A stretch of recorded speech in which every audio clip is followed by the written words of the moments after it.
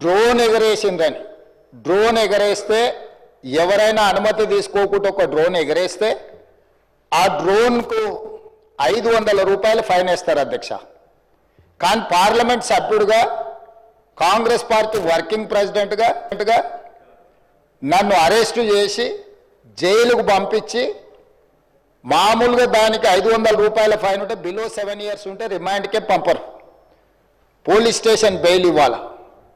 కానీ అధికారాన్ని అడ్డం పెట్టుకొని అన్ని రకాల వ్యవస్థల మీద ప్రభావితం చేసి చెర్లపల్లి జైలుకు పంపించి నక్సలైట్లు, ఐఎస్ఐ తీవ్రవాదులు ఉండే డిటెన్షన్ సెల్లో ఒక కాంపౌండ్లో ఏ ఒక్క ఖైదీని లేకుండా 7 ఫీట్ల బై 12 ఫీట్లు ఉంటే అందులో 3.5 ఫీట్లు పండుకోవడానికి దిమ్మె ఉంటుంది, ఒక చిన్న బాత్రూమ్ ఉంటుంది అధ్యక్ష.